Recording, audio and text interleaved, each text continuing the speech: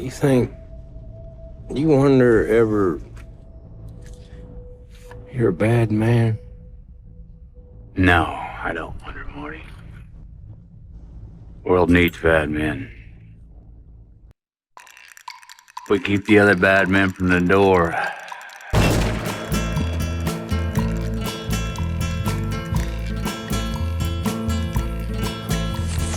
When the last light warms the rocks and the rattlesnakes unfold, Mountain cats will come to drag away the bones. then rise with me forever across the silent sand, and the stars will be your eyes, and the wind will be my hand.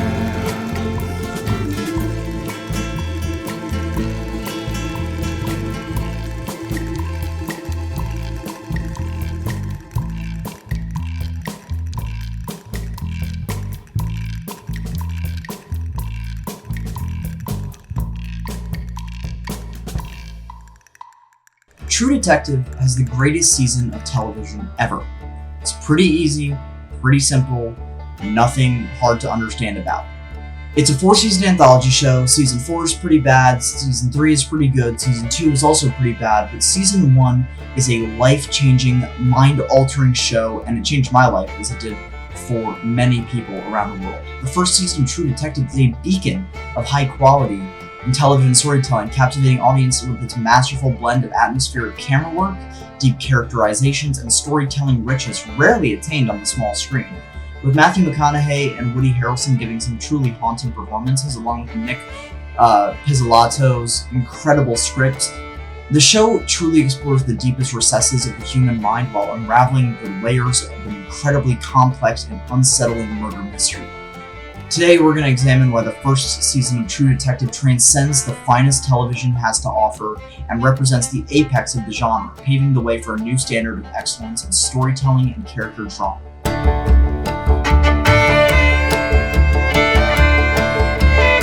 Okay, I gave you a warning before the video started, and I spoiled a ton in the intro, but this is your final fucking warning, alright? Watching this blind was one of the greatest experiences of my life, and I refuse to ruin it for you.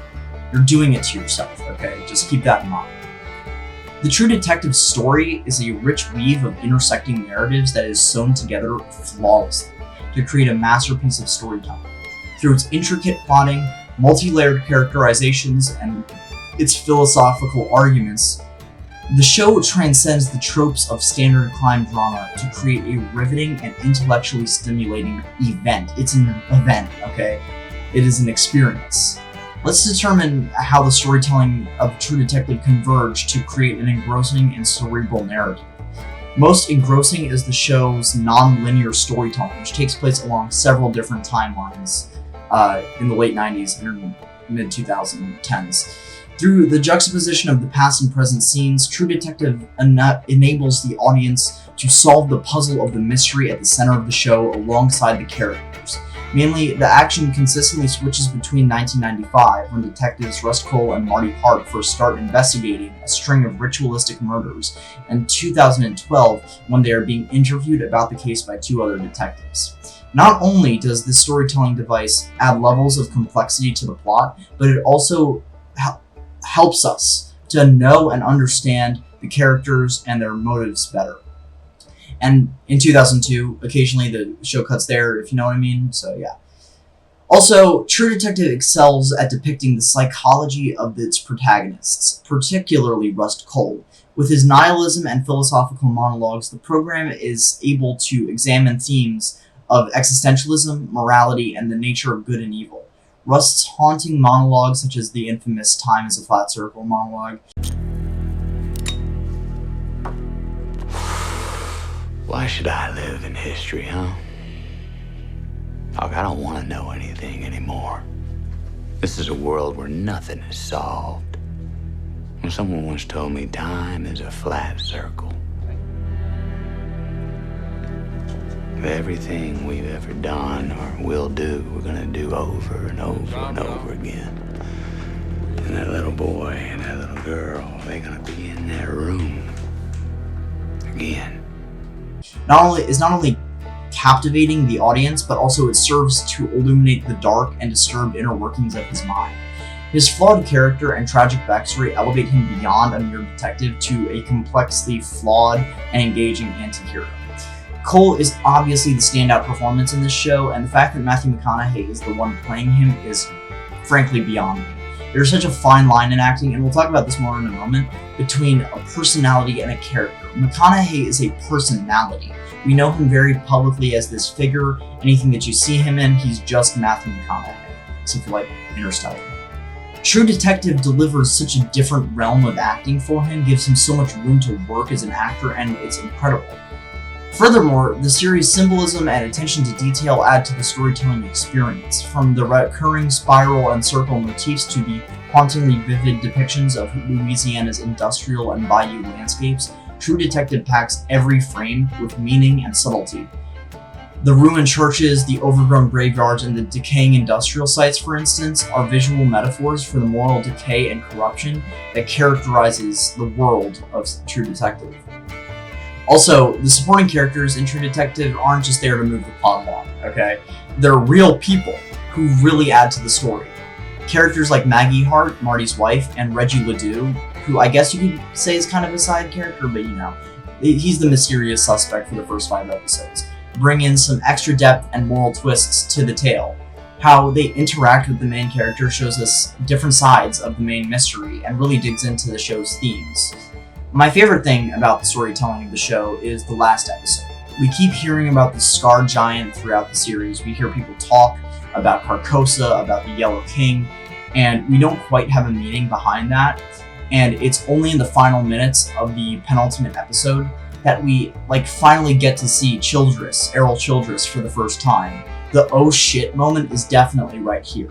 And the whole thing that's so insane about this is that Papania and Gilbro, or whatever his name is, were right there. We could have saved Rust and Marty a trip to Carcosa right there if Rust and Marty didn't outright lie about what they know to the cops. Oh man, this show is so fucking good, okay? It's all about choices and the choices that people make.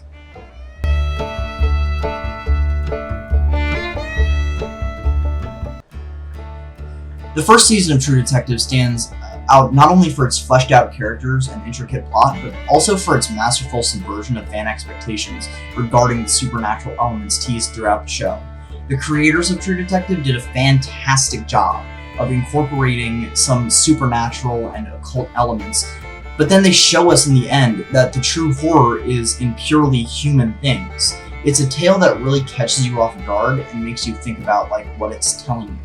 From the very beginning of the season, you should notice the subtle clues of the supernatural embedded in the narrative. The gruesome crime scenes, the bizarre rituals, and those mysterious symbols all seem to be pointing towards something much darker at play, something completely outside of our understanding.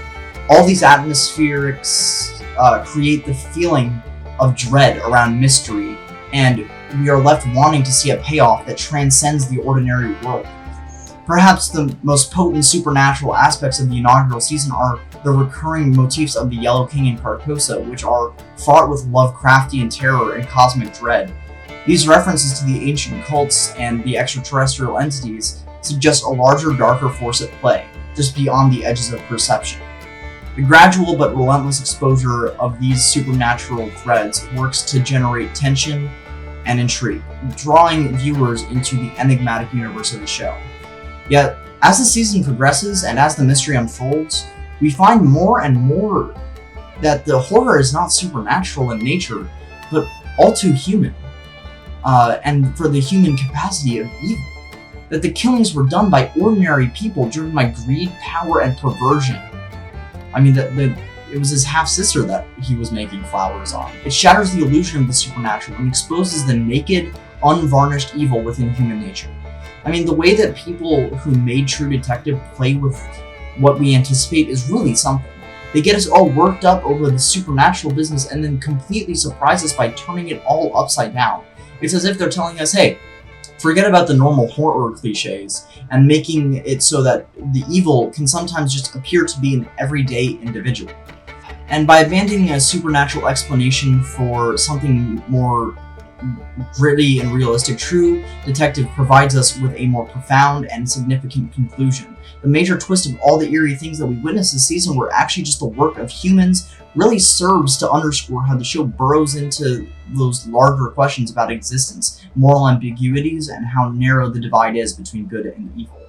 In total, the decision to incorporate and then subvert supernatural elements throughout the final season of True Detective is a testament to the filmmaker's risk-taking and the cleverness in developing a narrative that is unconventional and that compels the audience to confront uncomfortable truths about the nature of evil. By leading viewers along a dark journey of the occult and then to the horror of human depravity, the season makes a lasting impression and cements its reputation as an innovative and intellectual piece of television storytelling. It's a shame that they made season 4 supernatural, because that kind of ruins it.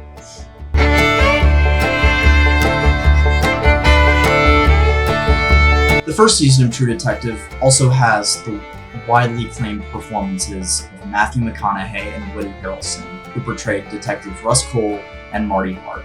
And it's the best work of their careers. You guys knew this was coming. You guys knew we had to talk about this. The chemistry between these actors and the depth of their performances elevate the show to a level of excellence that is seldom seen on television. Throughout this whole video, we discuss how the phenomenal acting in season 1 combines with the clever writing.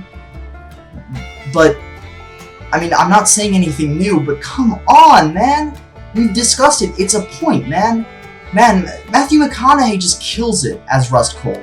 His dedication to the role is incredible. Like, from the way that he delivers all those intense philosophical dialogue lines to the way he physically transforms himself to embody all of Rust's inner demons, it's frankly genius. The way that he imbues all the complexity and richness of Rust's character, from his nihilistic worldview to those hidden vulnerabilities, really brings so much depth and resonance to the whole story. Similarly, Woody Harrelson's portrayal of Marty Hart, Rust's pragmatic but flawed partner, as we know, is a master class in subtlety. Harrelson brings a vulnerability and sense of realism to Marty, underlying the character's swaggering bravado with his inner demons and moral ambiguities. The chemistry between McConaughey and Harrelson is electric on screen. Their performance is charged as they move through the dark and corrupted landscape of the bayous. McConaughey's and Harrelson's masterful performances not only set the bar higher for the show, but also serve to enhance the already top-notch writing of True Detective. The character's subtlety, complicated nature, and everything else is written by writer Nick Pizzolatto, and are realized throughout the actors' efforts, imbuing these already richly plotted storylines with depth and emotion. The cohesiveness of acting and writing in True Detective is evident in the way that character arcs unfold organically, driven by the actors' performances and the intricacies of the script. The emotional resonance of the show's most pivotal moments, be it Rust's spectral monologues or Marty's spiraling personal life, they're all enhanced by the actors' genuine and grounded performances. Additionally, the chemistry between Harrelson and McConaughey provides a sense of realism and authenticity to the series that is integral to its success. Their on-screen relationship is lived in and authentic, grounding the more surreal and philosophical elements of the narrative in a relatable and human context. So, in short, the incredible acting by McConaughey and Harrelson, and the entire cast, quite frankly, in True Detective, I mean, season 1, it just elevates the show from great to greater. You know, their natural and nuanced approach to these complex characters brings so much richness, so much emotion, and so much authenticity to the narrative, taking the already fantastic writing to an even higher level. The chemistry between the actors and the depths of their performances are just some of what elevate True Detective to be such a television masterpiece, reshaping the possibilities of the medium.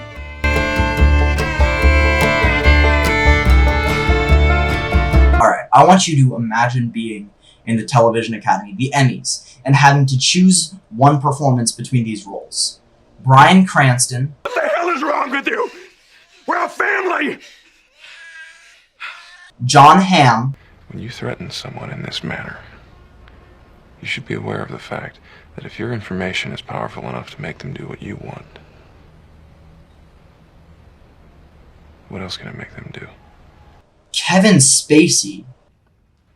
How much more proof do you people need? I demand that every member of this House take a stand. Like FDR before and Wilson before him, I demand that this Congress declare a formal declaration of war against ICO both here and abroad. Jeff Daniels. Now, none of this is the fault of a 20-year-old college student, but you nonetheless are, without a doubt, a member of the worst generation ever. So when you ask what makes us the greatest country in the world, I don't know what the fuck you're talking about. Yosemite? And this. This place is like somebody's memory of a town, and the memory's fading. It's like there was never anything here but jungle. Stop saying shit like that. It's unprofessional. Oh, is that what I'm going for here? Just want you to stop saying odd shit, like you smell a psychosphere or you're in someone's faded memory of a town. Just stop. Well, given how long it's taken for me to reconcile my nature, I can't figure I'd forgo it on your account, Marty.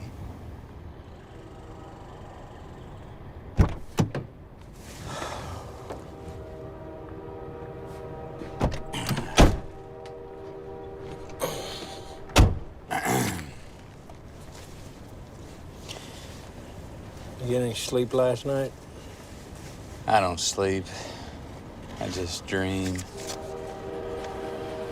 Yeah, the early 2010s were fucking stacked with television's best actors of all time. Oh yeah, but Bryan Cranston won, but you know, he deserved it, you know? True Detective made an indelible mark on the crime drama genre, and television in total, shifting paradigms of storytelling, challenging character crafting, and thematic exploration. This show's impact is well beyond its initial broadcast tenure, seeping into and influencing subsequent series and the way viewers engage with complex and brainy television. One of the greatest things True Detective did for the crime genre is subvert traditional tropos and tropes and so on and so forth, and conventions as well. By ditching formulaic narratives in favor of a non-linear scheme, fleshed out characters, and philosophical introspection, the show disrupted viewer expectations and raised the genre to unprecedented heights. The sophisticated plotting, foreboding mood, and moral ambiguity of the series set it apart from the conventional procedural dramas, paving the way for a new era of smart, emotionally resonant television. In addition, True Detective reinvented the role of the auteur on television, as Nick Pizzolatto, singular vision and singular voice imbued every aspect of the show. The series provides the power of auteur television, wherein a writer or director artistic vision takes precedence over concerns of commerce, and the product is tighter and more artistically ambitious for it. This emphasis on creative authorship has since become a hallmark of prestige television, pushing other creators like Vince Gilligan and Better Call Saul to work beyond the limitation of traditional storytelling into fresh thematic territory. Aside from its impact on the genre, True Detective also resonated with audiences around the world, sparking debates regarding existentialism, ethics, and evil. The way that the series approached profound philosophical questions, as well as its gritty, unflinching portrayal of the human wickedness, struck a chord with audiences, eliciting contemplation and discussion long after the credits rolled. By channeling Russ Cole and Marty Hart, whose own personal demons and moral conflicts mirror those of real people, the show offered their unvarnished, and unflinching look at the human condition and challenged viewers to confront unpleasant truths about themselves and the world. Moreover, the box office and critical success of True Detective initiated a floodgate of other limited series dramas and anthology shows, a new era of serialized drama, kind of like Fargo and stuff, and high-end talent in the genre. The show's innovative method, employing individual seasons with individual casts and plots, demonstrated the creative potential and the anthology format, and allowed for more experimentation and risk-taking in television production. Lastly, the impact of True Detective on the crime genre and television as a whole is undeniable. Through its pioneering approach and its storytelling, its handling of complex themes, and its emphasis on artistic authorship, the series has really redefined the boundaries of television drama and set the standard of excellence for the medium. As a cultural touchstone and as an inspiration for artistic innovation, True Detective continues to be one of inspiration and intrigue, with a lasting impact that will be felt for many years to come.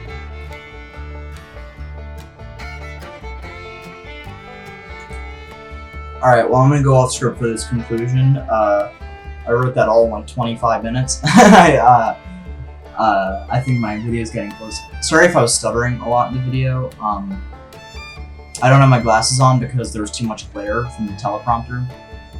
So I kind of stumbled over my words a lot.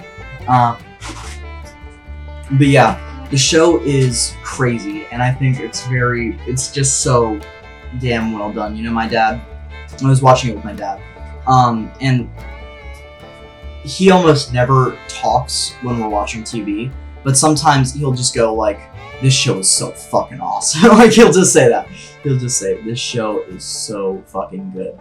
And I think that's very interesting. And also, you know, I was watching The Last Dance this morning, the Michael Jordan documentary, and it kind of reminded me of the non-linear storytelling that I was talking about with True Detective, where it's like, you know, there's the present, and the show starts in the present, which in The Last Dance is 1997, 1998, and in True Detective is 2012 when they're getting interviewed and shit.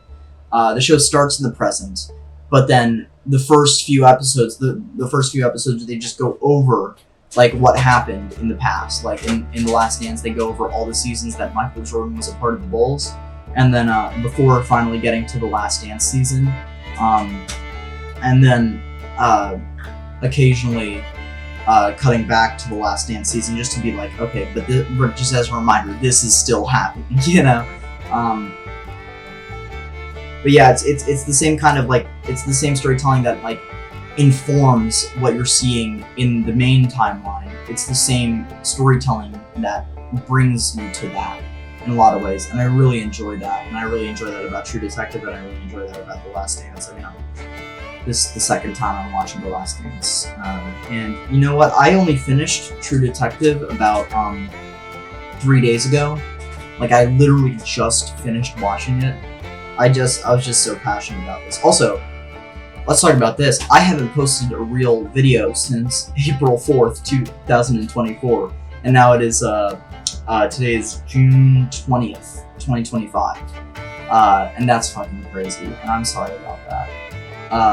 My entire sophomore year went by, and I didn't even think about doing YouTube, but I was just too passionate about this. Maybe I'll make some more videos, maybe I won't. I'm just dropping in to tell you about a show I liked. Yeah, I hope to do more of these, but life's been getting real crazy, man. Life's been getting real crazy. I want to thank you so much for watching this video. It means a lot to me if you're still here. I put in a lot of effort in this video, and I really hope that you guys enjoyed watching it. That intro was, like, I often make the intro to the video and the thumbnail for the video before I record it, and then I just kind of leave it there and never finish. Like, I don't know what else I did it for. Like, I was going to talk about the Mets, I think, the New York Mets 2024 season, but I didn't end up doing that. I can't like get attached to any projects right now, but yeah, I mean, I really hope that you enjoyed this video, and I really hope to be making more soon. Yeah, it's summer solstice, so I'm gonna go out and take a walk, touch some grass, and yeah, have a good day. It's just me. I was worried. You know, being around that kind of thing. Hey, you were married the once, just the once. Mm-hmm. Came close another time. Laurie. Maggie introduced us. And he broke off. It was for the best, you know, I gave her cause. I can be hard to live with. You know, I don't mean to, but I can be critical. And sometimes I think I'm just not good for people. You know, that's not good for them to be around me. You know, I wear them down. You know, they get unhappy. Yeah, I think the job does that to a lot of guys. Changes you. Some guys just notice, that's all. Well, I can't say the job made me this way. More like me being this way made me right for the job. And I used to think about it more, but you know, you reach a certain age, you know who you are. Now I live in a little room out in the country behind a bar. Work 4 nights a week. In between, I drink. And there ain't nobody there to stop me. I know who I am. After all these years, there's a victory in that. Third day on the job.